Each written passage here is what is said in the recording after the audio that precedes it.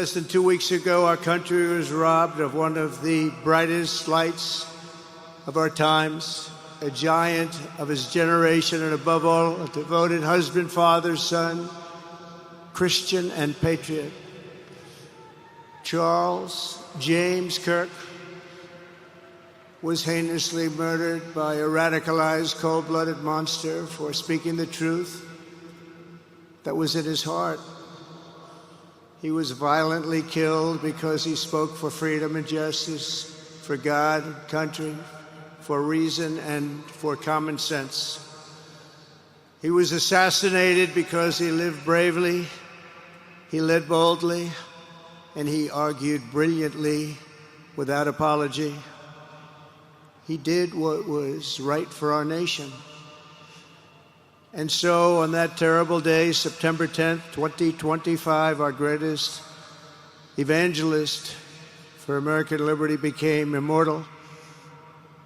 He's a martyr now for American freedom. I know I speak for everyone here today when I say that none of us will ever forget Charlie Kirk, and neither now will history.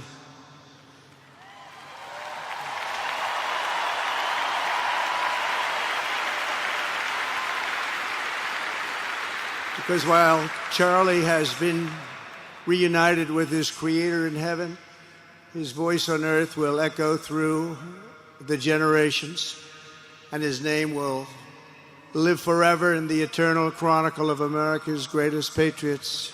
He will live forever. To Charlie's incredible and beautiful widow, Erica, we know the weight of this monumental loss is almost unbearable. But even in the midst of heartache and pain too great to even fathom, you have somehow found the strength and deep faith to be a comfort to millions and millions of people. And thank you very much, Erica. Thank you very much.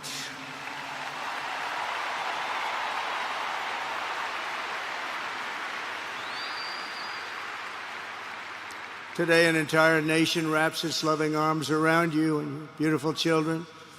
We share in your immense and overwhelming sorrow, and we vow that we will do everything we can to ensure that your children grow up in a land where their father is honored and revered as a great American hero. That's loud. Look at this today. Look at what's gone on. This is a big crowd.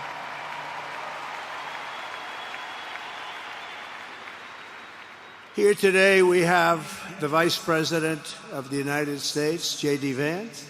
We have the Speaker of the U.S. House of Representatives, Mike Johnson. We have countless members of the United States Senate, and I'm sorry I'm not going to introduce you, but I'll be up here. They're all over the place. And likewise, the House of Representatives, they're all over this big stadium. This is not an arena, this is a stadium. Our great cabinet and this stadium packed with rafters of people, not to mention the one across the street that also has tens of thousands of people, and they're watching us on screen right now.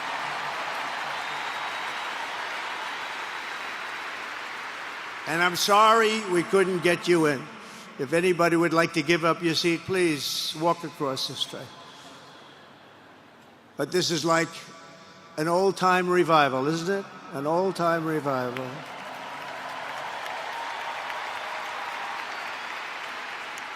For millions of Americans, especially young people, it is agonizing and unthinkable to say goodbye to a patriot whose heart still had so much to give. It's so much. Charlie volunteered for my 2016 campaign and traveled the nation with my son, Don, and Eric. I got to know him very well and saw immediately that Charlie was actually a master builder of people. It was Charlie who first started organizing young black conservatives hungry for support and leadership. It was Charlie who stood up for persecuted Christians and Jews on college campuses. It was Charlie who helped bring online censorship, free speech, and cancel culture to the fore of our political debate. He was right up there with me. It was Charlie who helped unite MAGA, and you know what M-A-H-A is? That's right, Make America Healthy Again. And tomorrow we're going to have one of the biggest announcements, really medically, I think, in the history of our country. We're going to be doing it with Bobby and Oz and all of the professionals. I think you're going to find it to be amazing. I think we found an answer to autism. How about that? Autism. Tomorrow we're going to be talking in the Oval Office in the White House about autism, how it happens, so we won't let it happen anymore, and how to get at least somewhat better when you have it, so that parents can help their child, their beautiful child. But Charlie would often call me, sometimes the night before a big event, the other side of the country, and he'd ask me, he'd say, do you think you could come and speak at the event? The following day, right? I'd say, Charlie, I'm the President of the United States. You want me to travel 4 hours by plane? And you know, sometimes I did it. He was a very good guy. He was a very convincing guy. He didn't stop, but he would ask for things like that. Sir, could you be tomorrow in California? I said, Charlie, give me a break, please. He just wouldn't stop, and he succeeded. But I almost always went because you never wanted to let Charlie down. He worked so hard. You just didn't want to let him down. I felt guilty. He'd make me feel very guilty. As president, many people asked me for things, but Charlie was one of the few who always gave more than he took. He was a giver, much more than a taker. Everybody, didn't matter.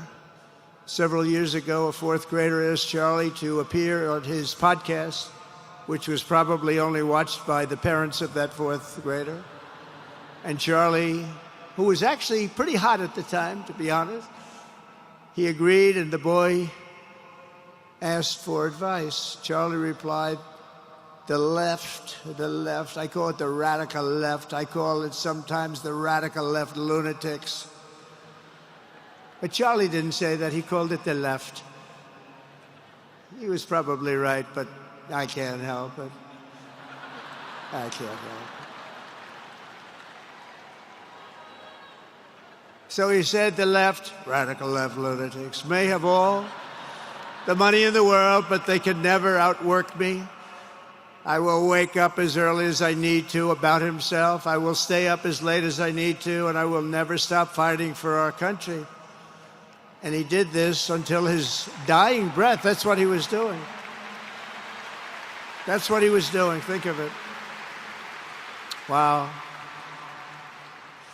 What a horrible moment. I was in the Oval Office when I heard they came in, and it was like a surreal experience, a terrible, terrible. I had some very big people in the Oval Office, and I was in the midst of a very important conversation for our country, big people, the biggest. And I said, you have to leave now. When they told me that, they told me in front of a group of very powerful people. I said, you have to leave now, right now, please. Right now, you have to leave. God, who Charlie Kirk truly was. He was a missionary with a noble spirit and a great, great purpose. He did not hate his opponents. He wanted the best for them. That's where I disagreed with Charlie. I hate my opponent, and I don't want the best for them. I'm sorry. I am sorry, Erica. But now Erica can talk to me and the whole group, and maybe they can convince me that that's not right, but I can't stand my opponent. Charlie's angry. Looking down, he's angry at me now. He wasn't interested in demonizing anyone. He was interested in persuading everyone to the ideas and principles he believed were good, right, and true. You don't hear that from too many people, do you? And virtually every day for years before he was murdered, Charlie received these horrible death threats. people don't know. I used to talk to him about it. He said, I got some threats. He always felt that when they actually made the threat, they were not the ones to worry about. The ones to worry about were the ones that don't make the threats. And I think you know what I mean. He knew the risk, but he and I shared a certain motto: never back down and never ever surrender. Just don't surrender, never back down. He believed in it so strongly. So strongly. And he's right. He's totally right.